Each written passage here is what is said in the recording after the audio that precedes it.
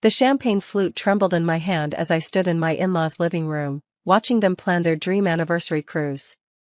Brochures covered the coffee table, the Mediterranean voyage they'd been talking about for 20 years, finally within reach.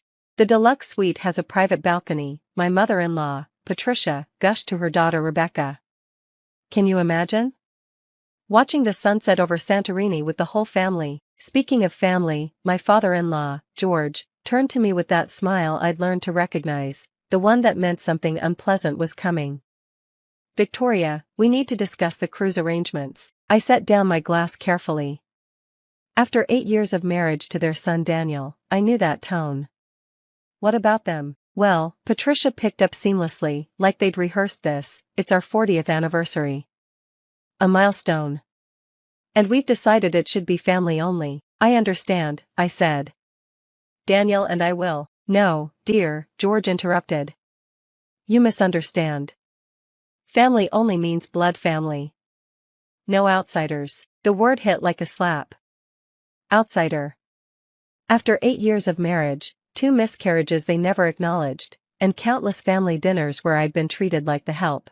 I see, I managed. So Daniel goes, but I stay home? Don't be dramatic, Rebecca chimed in, examining her manicure. It's not personal. You're just, not really a Harrison. Daniel walked in from the kitchen just in time to hear his sister's words. What's going on? We're explaining to Victoria about the cruise, Patricia said smoothly. How it's for family only. I watched my husband's face, waiting for him to defend me. Instead, he shrugged. It's their anniversary, Vic. Their choice, their choice. Like I was a +1 to a wedding, not his wife. Of course, I said, surprised by how steady my voice sounded. Your celebration, your rules. George looked pleased, like I'd finally learned my place. Knew you'd understand. Besides, someone needs to watch the house while we're gone. You wouldn't mind, would you? Not at all, I replied, already pulling out my phone. In fact, let me help with something right now. They watched as I scrolled through my contacts. Patricia preened, probably thinking I was going to offer to house sit properly, maybe water her orchids. Oceania Cruises, VIP desk? Yes, this is Victoria Harrison.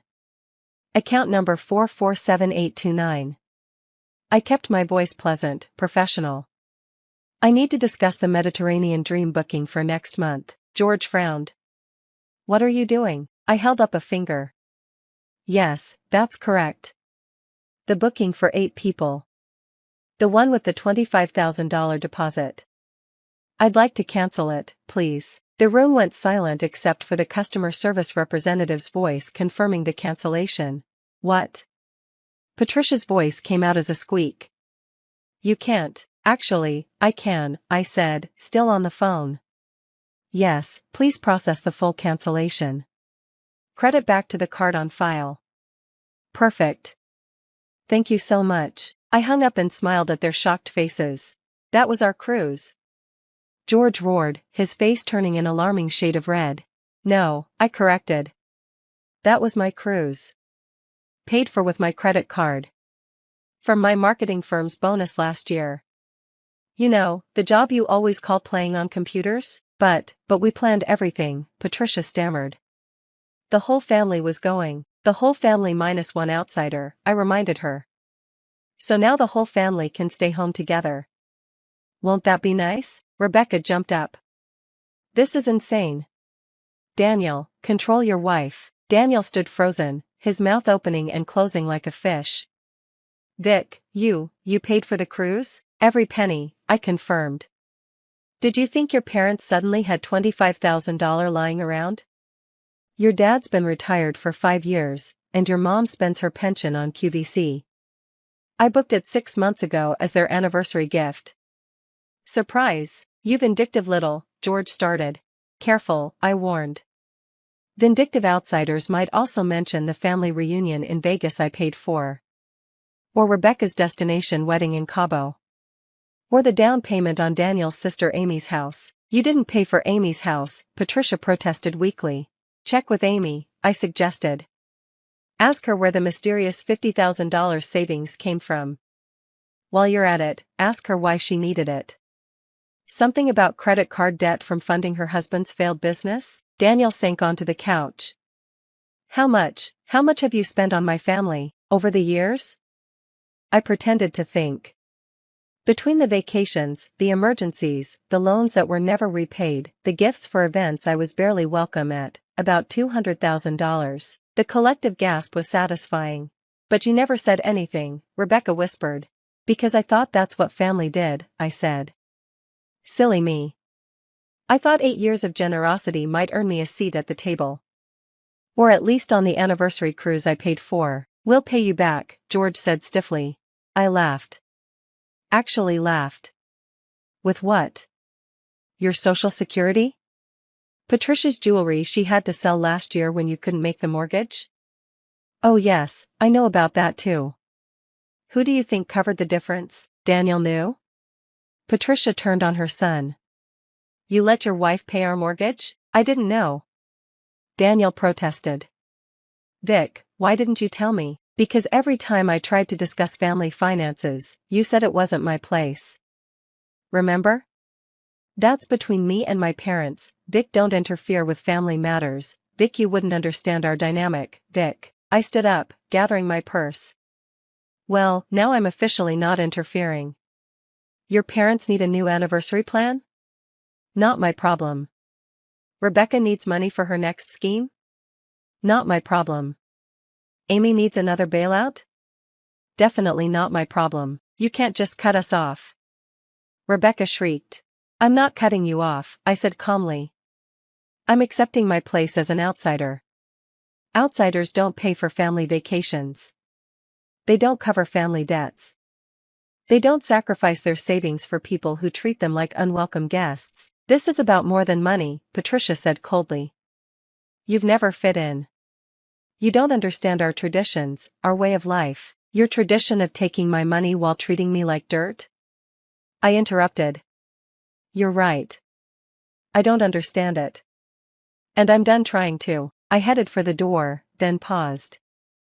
Oh, Daniel? I'll be at the Ritz tonight. The honeymoon suite. Already paid for, so I might as well use it. You can join me when you decide whether you're married to me or to your family's bank account. Vic, wait. No, I said firmly. I've waited 8 years for you to defend me. To tell them I'm not an outsider. To act like I'm your wife instead of your ATM. I'm done waiting. If you leave now, George threatened, you're never welcome in this house again. Promise? I asked. Because that sounds like the best anniversary gift you could give me. I walked out, ignoring the shouting behind me. My phone started buzzing immediately. Daniel, then Patricia, then Rebecca, then Amy from 3 states away. Word traveled fast in the Harrison family when the money tap turned off. I ignored them all and called my lawyer instead. Margaret, it's Victoria. Remember that post-nuptial agreement we discussed? I think it's time to draft it. Yes, full financial separation. And Margaret? Make sure it includes a clause about family gifts requiring both spouses' written consent. By the time I reached the Ritz, my phone had 47 missed calls. I turned it off and checked in, using the corporate card from my company, the successful marketing firm I'd built while the Harrisons called me a hobby entrepreneur. The honeymoon suite was gorgeous, floor-to-ceiling windows overlooking the city, a bathroom bigger than Patricia's beloved orchid room, champagne chilling in a silver bucket. I poured myself a glass and stepped onto the balcony. My phone, powered back on for business emails, immediately exploded with texts. Amy, is it true you paid my down payment? Mom says you're lying. Rebecca, this is theft. We'll sue. George, no granddaughter of mine would behave this way. That last one made me laugh. Granddaughter? I wasn't even a daughter-in-law to them. Then, finally, Daniel, I'm in the lobby. Can we talk? I considered it. 8 years of marriage, 2 lost babies he'd grieved with me, even if his family hadn't. The man who'd promised to love and cherish me, but forgot the part about forsaking all others when others meant his family. Room 2012. I texted back.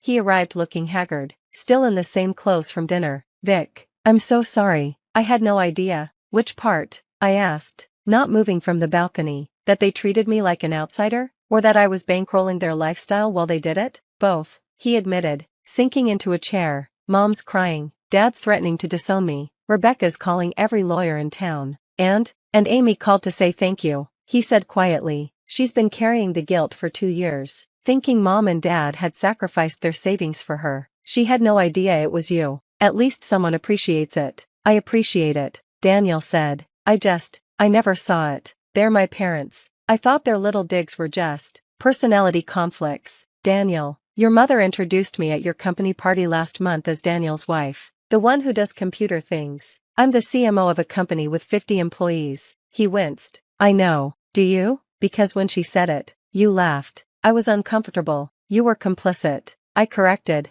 Every time you stayed silent, you agreed with them. I wasn't family. I was just the woman you happened to marry. The outsider who inexplicably kept paying for everything. What do you want me to do? He asked desperately. Cut them off? Never speak to them again? I want you to choose. I said simply. Either I'm your family, your primary family, or I'm not. Either we're a unit that makes decisions together, or we're not. Either you defend me like a husband should, or you don't. But I'm done living in this middle ground where I'm family when the bills come due but an outsider the rest of the time. They're my parents, he said weakly.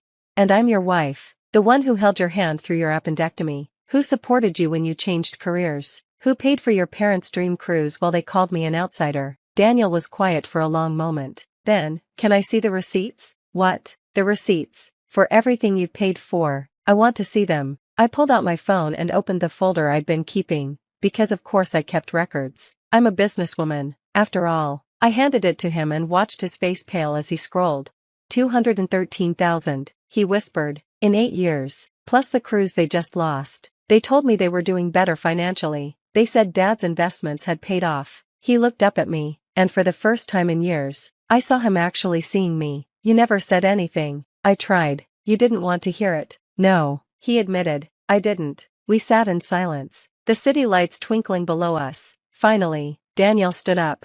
I need to go talk to them, he said. My heart sank. Of course, back to mommy and daddy. But first, he continued, I need to know if you'll consider couples counseling, and a financial advisor, and maybe a therapist just for me to figure out why I've been such a blind idiot. I blinked. What? You're right. About all of it. I've been a terrible husband. I let them treat you like an outsider while you were the only one actually acting like family. Real family doesn't keep score or demand gratitude. They just help, like you've been doing. Daniel, I'm going to tell them that until they apologize, really apologize. Not just because they want your money, they won't be seeing either of us. And if they can't accept you as family, then I guess I'll be an outsider too. I stared at him. You'd do that? I should have done it 8 years ago, he said. The question is, will you give me a chance to do it now? I thought about it. 8 years of frustration and hurt, but also 8 years of love, laughter, shared dreams. The man who'd held me through miscarriages, who'd celebrated my business successes, who'd made me laugh even on my worst days. Counseling, I said finally, and a postnuptial agreement. And your parents don't get another penny from me unless it's a genuine gift that we both agree on. Deal, he said immediately. Can I stay tonight? Or should I get my own room? I poured a second glass of champagne and handed it to him. Stay, but you're calling your parents first. On speaker, he winced but pulled out his phone. George answered on the first ring. Daniel, did you talk sense into her? We need to rebook that cruise before. Dad, Daniel interrupted. I need you to listen very carefully. Victoria is my wife, my family. If you can't treat her with the respect she deserves, the respect she's more than earned, then you won't be seeing either of us. The silence was deafening. You're choosing her over us? Patricia's voice, shrill in the background. I'm choosing my marriage, Daniel corrected, the way I should have from the beginning. Victoria has been more family to you than I have. She's the one who made sure you kept your house, Dad. She's the one who saved Amy from bankruptcy, Mom, and you called her an outsider. That money was from you, George protested. No, Dad, it wasn't. I make good money, but not that good. Every gift from us? That was Victoria. Every vacation? Victoria. Every bailout? Victoria. And you couldn't even include her in your anniversary cruise. We'll pay her back, Patricia said weakly.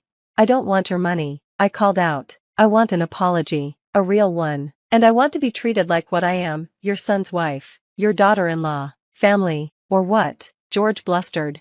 Or nothing, I said simply. Daniel and I will live our lives, and you'll live yours, separately, your choice. I nodded to Daniel, who ended the call.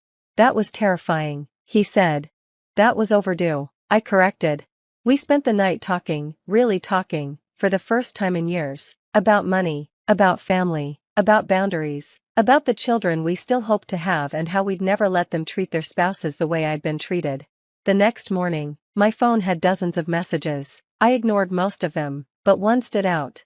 Amy, Victoria, I just wanted to say thank you, not just for the money, but for finally standing up to them. Maybe now things can change. You've always been my favorite sister-in-law. Actually, you've been my only real sister. I smiled and showed it to Daniel. She's right, he said. You've been the best part of this family. I'm sorry it took losing a cruise for me to defend that. Better late than never, I said. So what now? He asked. Do we wait for them to apologize? We live our lives, I said, together, as a family, and if they want to be part of that, they know the price of admission. Respect? It's a lot cheaper than a cruise, I pointed out. 3 weeks later, Patricia called, not to apologize, but to complain that their mortgage payment was due and their usual help wasn't available. I'm sorry to hear that, I said pleasantly. Have you considered a financial advisor? I hear they're very helpful for outsiders. She hung up on me. But 2 months after that, a different call came. George, sounding older and tired. Victoria, we owe you an apology, a real one. Could we take you and Daniel to dinner? Our treat, and I mean actually our treat, not yours. It was a start. Not a fairy tale ending where everyone suddenly becomes perfect, but a start, and for the first time in 8 years, I wasn't paying for it. The cruise? I rebought it 6 months later, for Daniel and me, a second honeymoon where I was actually wanted, actually welcome, actually family. We sent the Harrisons a postcard from Santorini.